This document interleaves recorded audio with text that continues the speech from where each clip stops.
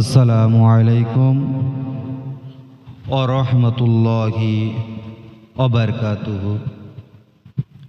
শ্রদ্ধেয় ছাত্র ছাত্রীরা, আজকে আমি আপনাদের সামনে নিয়ে এসেছি ৪৫ নম্বর পাঠ। প্রায় শেষের দিকে এসে গেছে ইনশাল্লাহ। আপনারা এক এক করে পড়িয়েছি, এরপর আরও সুন্দর করে বোঝাবো কিভাবে কোরআন তেলাওয়াত করবেন। তারপর কোরআন থেকে নিয়ে আপনাদেরকে বানান করে করে নিয়ে কোরআনের আয়াত দিয়ে আপনাদেরকে বোঝাবো ইনশাল্লাহ। আপনারা যারা দেখছেন, যারা দেখবেন, সকলের কাছে আমার রিকোয়েস্ট, এই চ্যানেলকে আপনারা অবশ্যই বেশি বেশি করে শেয়ার করবেন, সাবস্ক্রাইব করবেন, লাইক দেবেন। আর স্কিপ করে বেরিয়ে যাবেন না, বলে গুরুত্বপূর্ণ কথাবার্তা তাহলে আপনারা পেরিয়ে যাবেন। এই জন্যে আল্লাহ পাক কোরআনকে আল্লাহর লাহে মাহফুজ থেকে দীর্ঘ 23 বছর ব্যাপী ফেরেশতা জিবরাইল আলাইহিস সালাম এর মারফত প্রয়োজন অনুযায়ী আমাদের বিশ্ব নবী, কুল কায়নাতের নবী হযরত মুহাম্মদ রাসূলুল্লাহ সাল্লাল্লাহু আলাইহি সাল্লামের কাছে নাজিল হয়েছে। আল্লাহ পাক এই কোরআনকে খুব সুন্দরভাবে তেলাওয়াত করতে বলেছেন।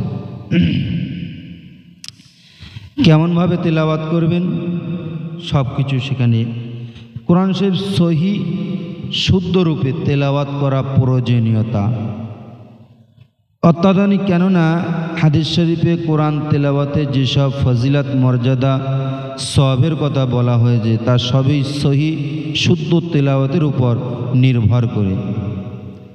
সহি শুদ্ধ রূপে কোরআন শরীফ তেলাওয়াতের প্রয়োজনীয়তা যেহেতু তাসবিত, তাজদিদ, গুন্না, এইসব যে আলিফ থেকে নিয়ে ইয়া পর্যন্ত যে হরফগুলো আছে সেই হরফগুলোকে সুন্দর করে তেলাওয়াত করা। প্রথমে জবর জের পেশ, তারপরে খাড়া জাবার খাড়া জের উল্টা পেশ, তারপরে দুজাবার দুজের দু পেশ, তারপর তানবিন, নুন সাকিন, গুন্না, কোন জায়গায় গুন্না করবেন, কোন জায়গায় গুন্না করবেন না, কোন জায়গায় নাকে পড়বেন, কোন জায়গায় প্লেন পড়বেন, এই সব কিছু যদি আপনি না জানেন তাহলে আপনি শুদ্ধ এবং সহি রূপে কোরআন তেলাওয়াত করতে পারবেন না। এই জন্যে আমি আমার এই চ্যানেলের মাধ্যমে আপনারা কীভাবে শুদ্ধ করে কোরআন তেলাওয়াত করবেন সেটাকে আমি আপনাদেরকে জানাবো ইনশাল্লাহ। দেখতেই পাচ্ছেন আপনাদের সামনে যে দেওয়া আছে ইয়া ইয়া ও এবং অ, এর কায়দাগুলোকে আজকে আমি জানাবো। তার আগে যে কথা আমি বলে থাকি, আল্লাহ পাক কোরআন পাকে বলছে ধীর স্থিরভাবে স্পষ্ট রূপে কোরআন তেলাওয়াত করো। স্পষ্ট রূপে রাসূল পাক সাল্লাল্লাহু আলাইহি সাল্লাম বলেন, কোরআনে অনেক তেলাওয়াতকারী আছে যাদেরকে কোরআন লানাত এবং বদদোয়া করে। তাহলে আপনি চিন্তা করুন, কিংবা আপনারা যারা কোরআন তেলাওয়াত করে যদি শুদ্ধ যদি আমাদের কোরআন তেলাওয়াত না হয় তাহলে কোরআন আমাদের জন্য বদদোয়া করে। এটা দুঃখের বিষয়। কোরআন তেলাওয়াত করার পরে যদি আল্লাহ পাক যদি আমাদেরকে কোরআন থেকে যদি বদদোয়া দান করে তাহলে আমাদের চিন্তার একটা বিষয় থেকে যায় যে তাহলে আমরা কেমন নসিব আমাদের, তেলাওয়াত করলাম কোরআন, সওয়াবের পরিবর্তে যদি গুনাহ হয়ে যায়, এই গুনাহ যাতে না হয় সেই জন্যে এই চ্যানেলের মাধ্যমে সুন্দর করে আপনাদেরকে আমি কোরআন শেখাবার সুব্যবস্থা করেছি। লানত করে অভিশাপ দেয়। অন্য হাদিসে রাসূল পাক সাল্লাল্লাহু আলাইহি ওয়াসাল্লাম আরও বর্ণনা করেন, তোমরা নিজেদের আওয়াজ দ্বারা কোরআনকে সুন্দর করে, কেননা সুন্দর আওয়াজ কোরআনের সৌন্দর্য বর্ধন করে। তার মানে বলতে চাইছে আল্লাহ পাক যে তোমরা তোমাদের নিজের কণ্ঠে স্বর দিয়ে সুন্দর করে তোমরা এই কোরআনকে তেলাওয়াত করো। আর আমরা যদি এই কোরআন সুন্দর করে তেলাওয়াতই করতে পারলাম না, তাহলে বুঝতে পারলাম না।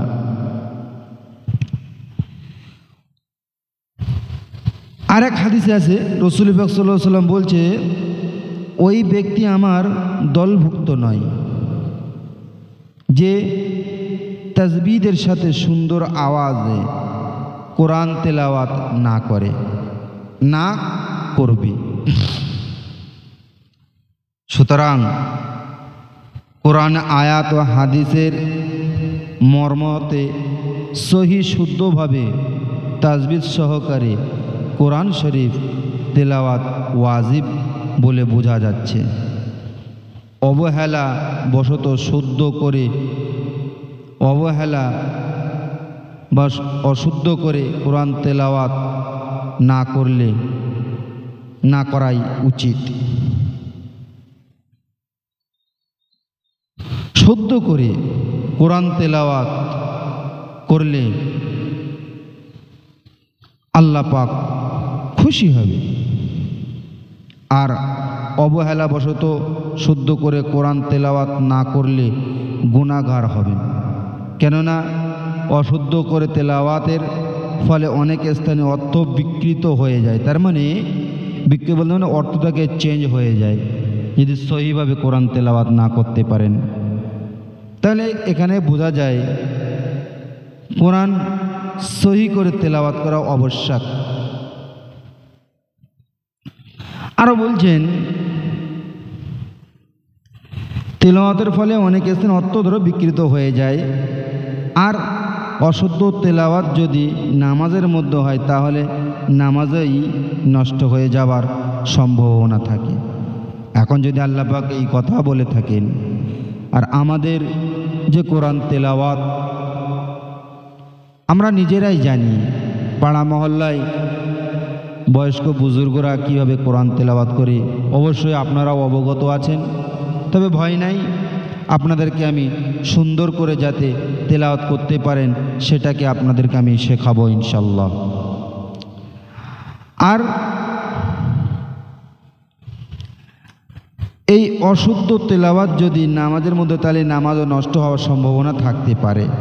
এই জন্য বলছি, নামাজ যদি নষ্ট না যায়, সারা জিন্দগির নামাজ যদি নষ্ট হয়ে যায়, কোরআন তেলাওয়াত যদি শুদ্ধ নয়, সত্যি তো বাস্তব কোরআনের এক জায়গায় একরকম মানে থাকি, সেরকম যদি আর একরকম হয়ে যায়, তাহলে আমাদের নামাজ তো শুদ্ধ হবার তো কথাই নয়, কবুল হবারও কথা নয়। শুদ্ধ অনেক তো দূরে কথা, কবুল না হওয়ারও অনেক চান্স। তাই বলি আপনারা অবহেলিতা, অলসতা, দুর্বলতা না দেখিয়ে আপনারা অবশ্যই এই চ্যানেলকে সাবস্ক্রাইব করে এই চ্যানেলকে সাথে রাখবেন, সুন্দর করে কোরআন তেলাওয়াত করবেন, এই আশা রাখি। এখন আরও একটা কথা যেটা বলতেই হয়, না বললে হয় না। কোরআন মাজিদ দিন রাতে যে কোনো সময় তেলাওয়াত করা যায়, তাতে কোনো বাধা নেই। নামাজে কোরআন মসজিদে তেলাওয়াত করাই সর্বোত্তম। নামাজের বাইরেও কোরআন তেলাওয়াতের উত্তম সময় হলো ফজরের সময়। আল্লাহ তাআলা বলেন, নিশ্চয়ই ফজরের সময়ে কোরআন তেলাওয়াত আল্লাহর নিকট উপস্থিত করা হয়। কত সৌভাগ্য যারা ফজরের নামাজ শেষ করে দিয়ে আমরা সকলে যারা কোরআন তেলাওয়াত করি, আল্লাহ পাকের কাছে আল্লাহ পাকের দরবারের সঙ্গে সঙ্গে এই তেলাওয়াতটা পৌঁছে যায়। তাহলে আমাদেরও আল্লাহ পাকের কাছে যাতে তাড়াতাড়ি পৌঁছে যায় সে সুব্যবস্থাও আমাদেরকে করতে হবে।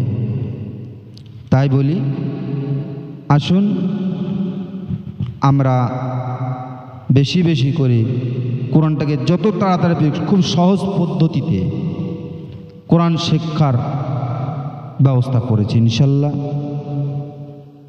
ফজরের সময় কোরআন তেলাওয়াত উত্তম, আর রাতের অংশে কেউ কোরআন তেলাওয়াত করা ইচ্ছে করলে শেষ রাতে তেলাওয়াত করা উত্তম।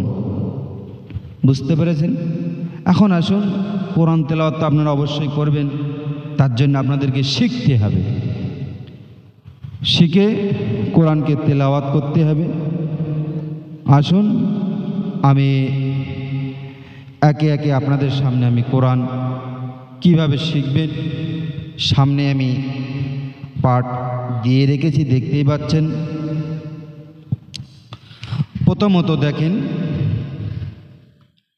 এই যে পাঠ দেওয়া আছে ইয়া, এই খেয়াল করবেন ইয়া আর অ, এই দুটো ঈদগামে ইয়া আর ঈদগামে অ। আবার এইখানে দেখুন চারটে অক্ষর আছে, ইয়া অ মিম নুন। এখানে ইয়া আর অ দিয়েছে, মিম আর নুন পরের পেজে আছে। ওটাকেও পড়ে সুন্দরভাবে বোঝানো হবে। তাহলে দেখুন এখানে বলছে ঈদগামে বা গুন্নার উদাহরণ। আপনাদেরকে এর আগের পেজে এটাকে বোঝানো হয়েছে। আরও একবার এই দুটোকে বোঝার জন্যে আর একবার পড়ে আমি আপনাদেরকে বোঝাবো ইনশাল্লাহ। তো আসুন, তানবিন বা নুন সাকিনের পরে যদি দ্বিতীয় শব্দের প্রথম হরফে এই চারটি অক্ষর ইউমিন এই চারটি অক্ষর অর্থাৎ ইয়া ওয়াও মিম নুন এর মধ্যে কোনো একটি অক্ষর আসে, তাহলে তানবিন বা নুন সাকিনের আওয়াজকে এক আলিফ পরিমাণ গুন্না করে পড়তে হয়। একে ঈদগামে বা গুন্না বা ঈদগামে নাকিস বলে।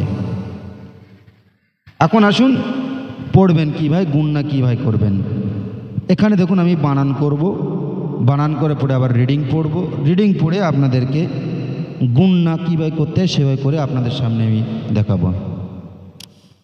আসুন, আলিফ ইয়া জাবর আই, আলিফ নু জাবর আন এটা হবে না, কেন তাসদিদ আছে, এইখানেই গুন্নার ব্যাপার আছে। আলিফ ইয়া জাবর আই, ইয়া হামজা পেশ ইউ, তা খাড় জাবর তা, আই ইউ তা, আই ইউ তা। এখানে দেখুন মিম ইয়া জাবর মাই, ইয়া আইন জাবর ইয়া, মিম লাম জাবর মাল, মাই ইয়ামাল। এখানে আসুন মিম ইয়াজের মি, ইয়া ও জাবর ইয়াও, মিম দুজের মিন, মিন ইয়াউমিন, মিন ইয়াউমিন, মি ইয়াউমিন। 2-3-4 বার করে এই জন্যই পড়ছি যাতে আপনাদের কোনো রকম বুঝতে অসুবিধা না হয়। আসুন দ্বিতীয় লাইন কি বলছে, মিম ইয়া জবর মাই, ইয়া জবর ইয়া, কপ ও পেশ কু, লাম পেশ লু, মাই ইয়াকুলু। এখানে ও মদ আছে, এখানেও একালিপ টানতে হবে, এখানে গুণ্য হবে মাই ইয়াকুলু কুলু। এখানে আসুন ও পেশ উ, জিম ও পেশ জু, হা ইয়াদু পেশ হুই, ইয়া ও জবর ইয়াও, মিম জবর মা, হামজা জের ই, জালদু জের জিন। এখন গুন্না কীভাবে হবে আর কোথায় হবে সেটাকে খেয়াল করবেন। আমি যখন পড়ব আওয়াজের সাথে আপনারা অবশ্যই মিলিয়ে নেবেন। উজুহুন ইয়াউমাইযিন, এই ইয়া অথবা ইয়াউম, উজুহুন ইয়াউমাইযিন, উজুহুন ইয়াউম, উজুহুন ইয়াউমাইযিন, হুই, এইখানে গুন্না বুঝে আসছে। এখানে একালি পরিমাণ টান করে তারপর আপনাকে বেরোতে হবে। আসুন এইখানে আলিফ ইয়া যাবার আই, ইয়া যাবার ইয়া, শিন আলিফ যাবার শা, হামজা যাবার আ, আই ইয়াশা আ। তাহলে ইয়ার চ্যাপ্টারটা আপনাকে আমি বুঝিয়ে দিলাম। এখন আমি অয়ের চ্যাপ্টারে আসবো। এখানেও আপনাকে কিভাবে গুণনা করতে হবে সেটাকে পড়ে আমি বোঝাবো ইনশাল্লাহ। তো আসুন এখন আমি আপনাদেরকে অকে দেখাবো, অকে আপনারা কিভাবে পড়বেন। বুঝে আসছে?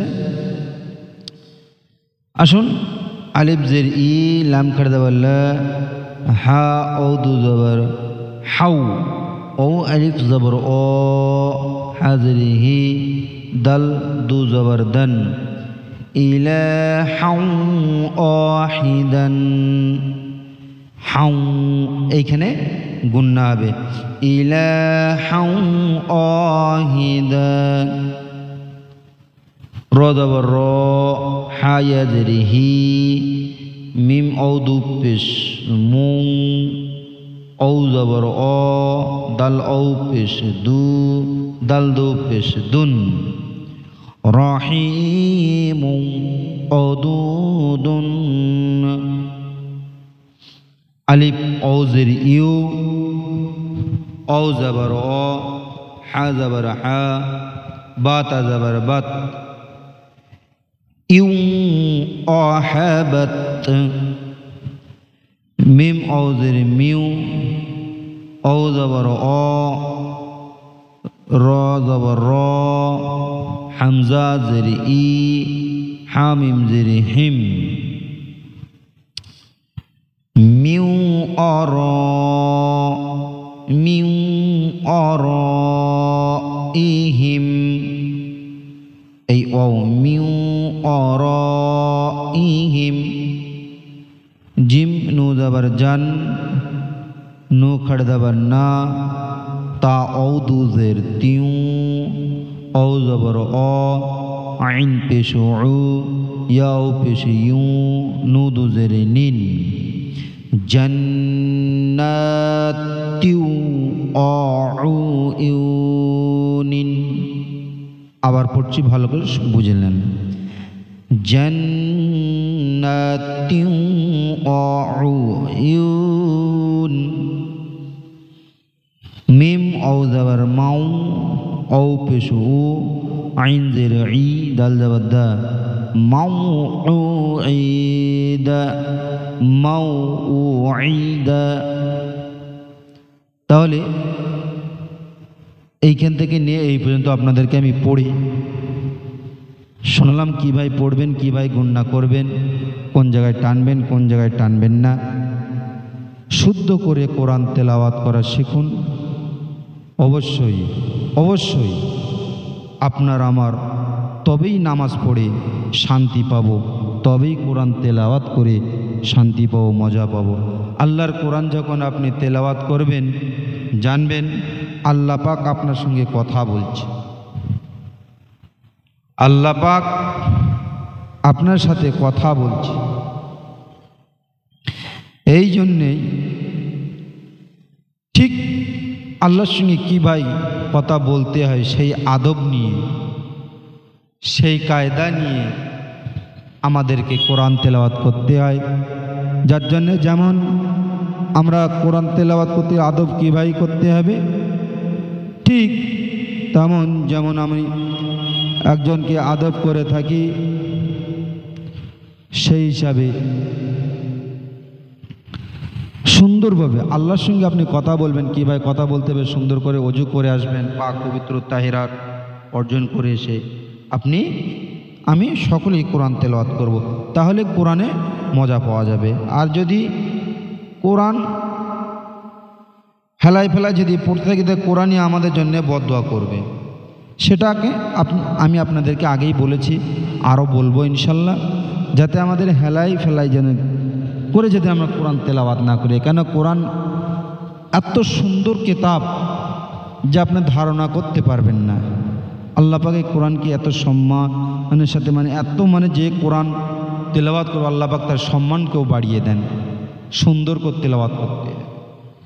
সেটা দুনিয়াকে যদি আপনি দেখেন তাহলেই বুঝতে পারবেন কোরআন যে সুন্দর করে তেলাওয়াত করে আল্লাহ পাক তাকে কত সম্মান দান করেছেন।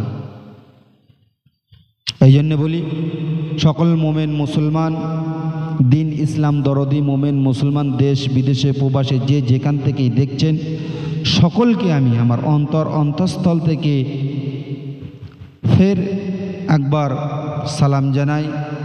সকল শ্রোতাকে যারা দেখছেন, আগে যারা দেখবেন, সকলকে আমি সশ্রদ্ধেয় সালাম জানাচ্ছি। আসসালামু আলাইকুম ওয়া রাহমাতুল্লাহি ওয়া বারাকাতুহু। আজকের এইখানেই শেষ করছি। সাদাকাল্লাহুল আযীম ওয়া সাদাকা রাসূলুহুন নবিয়ুল কারীম সাল্লাল্লাহু আলাইহি ওয়াসাল্লাম।